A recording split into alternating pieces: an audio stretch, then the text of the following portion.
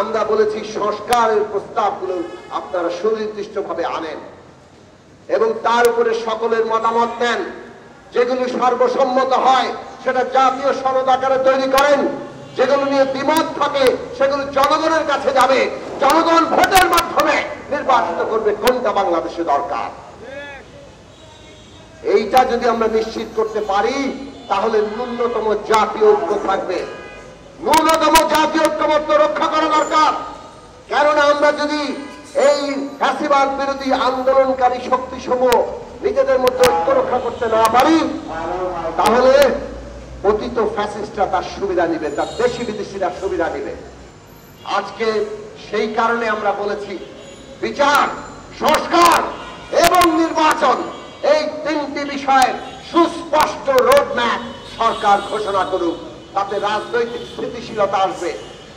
কিন্তু আমরা দেখলাম এই বিষয়ে সরকার নানা পক্ষের চাপে অথবা নানা কারণে যেভাবে সুস্পষ্ট রোডম্যাপে যাওয়া দরকার ছিল সেটা জাননি।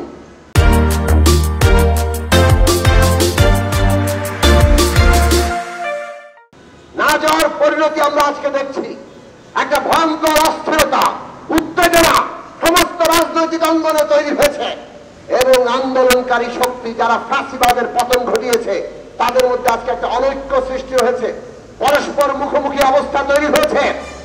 মনে রাখবেন, এই পরস্পর বিরোধ এবং মুখোমুখি অবস্থা কেবলমাত্র ফ্যাসিস্ট শক্তি তাদের দেশি বিদেশি মিত্রদেরকেই সহায়তা করবে।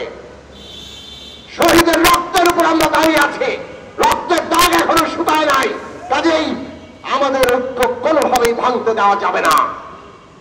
ন্যূনতম জাতীয় ঐক্যমত্য আমাদের রক্ষা করতেই হবে, যত প্রতিদ্বন্দ্বিতার প্রতিযোগিতায় থাকুক।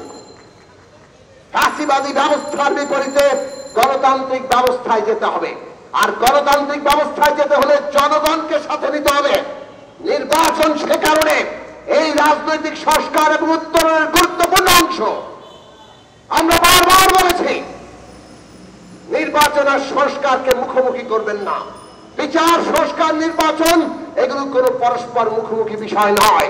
তিন বিষয় একসাথে যাবে, তিনটার পরিষ্কার রূপরেখা আমরা দেখতে চাই।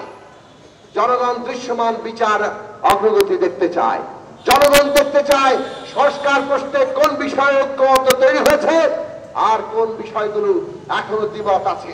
ঐক্যমত্য জাতীয় সনদ হবে, দ্বিমত নির্বাচনের ম্যানিফেস্টো আকারে যাবে। নির্বাচন হলে আগামী সংসদ নির্বাচন যাতে জনগণের ম্যান্ডেট দিয়ে সংবিধানকে টেকসই ভাবে বদলাতে পারে, সে কারণে আগামী নির্বাচন হবে সংবিধান সংস্কার সভার নির্বাচন, সংবিধান সংস্কার পরিষদের নির্বাচন এবং জাতীয় সংসদ একসাথে গঠিত হবে। 6 মাসের মধ্যে সংবিধান সংস্কার হবে, 5 বছর এই সংসদ জাতীয় সংসদ হিসেবে কাজ করবে। আমাদের এই পথ পদ্ধতি আমরা একটা ঐক্যমত্যের জায়গায় আসতে পারি। সরকারের কাজ এটাকে এগিয়ে নিয়ে যাওয়া, কোন বিশেষ দলকে বিশেষ সুবিধা কিংবা পক্ষপাত করা নয়। আজকে যদি সরকার দৃঢ়তার সাথে নিজেদের অবস্থান ঘোষণা করে তাহলে এই মানুষের মধ্যে ঐক্যের জায়গা ফিরে আসবে, রাজনৈতিক স্থিতিশীলতা ফিরে আসবে।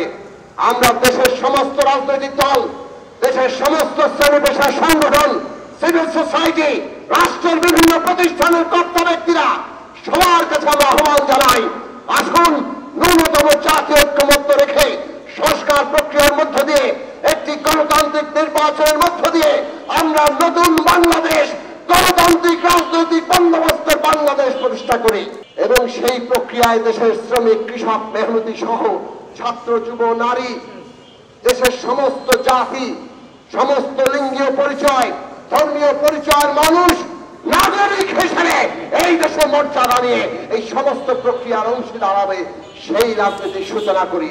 জনগণের ঐক্য যদি হয় এই স্বপ্ন বাস্তবায়িত হবে। শহীদের স্বপ্নকে বাস্তবায়িত করা এই মুহূর্তে আমাদের প্রত্যেকের কাজ, আমাদের কর্তব্য। আসুন সেই কর্তব্যে আমরা ঐক্যবদ্ধ হই।